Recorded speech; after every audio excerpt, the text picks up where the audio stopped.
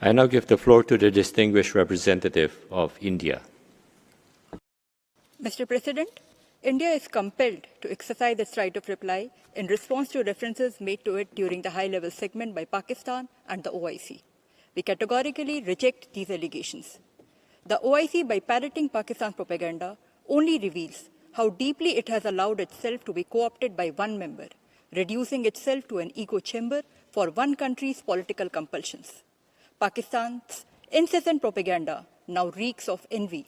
We have no desire to dignify such propaganda, however, we'll make a few points to dismantle it with facts.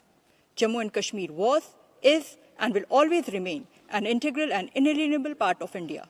No amount of wishful rhetoric or audacious propaganda by Pakistan can alter the immutable fact that the accession of Jammu and Kashmir to India was completely legal and irrevocable, and in accordance with Indian Independence Act of 1947 and the international law. In fact, the only outstanding dispute regarding this region is the illegal occupation of Indian territories by Pakistan. We call upon Pakistan to vacate these areas which remain under its forcible occupation. Mr. President, it is indeed hard to take lectures on democracy from a country where civilian governments rarely complete their terms.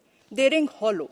The record voter turnout in general elections and assembly elections in Jammu and Kashmir is a testimony to the fact that people of Jammu and Kashmir have rejected the ideology of terrorism and violence propagated by Pakistan and are surging ahead on the path of development and democracy.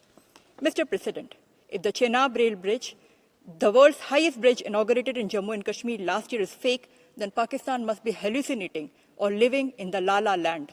Or maybe Pakistan finds it unbelievable that the developmental budget of Jammu and Kashmir is more than double the recent bailout package they sought from the IMF. Mr. President, to conclude, despite Pakistan's efforts to destabilize the region through relentless state-sponsored terrorism, Jammu and Kashmir continues to surge ahead, politically, economically, and socially. Pakistan would do well if it focuses on fixing its deepening internal crisis than to mask them with grandstanding at such platform. The world can certainly see through its charade. Thank you.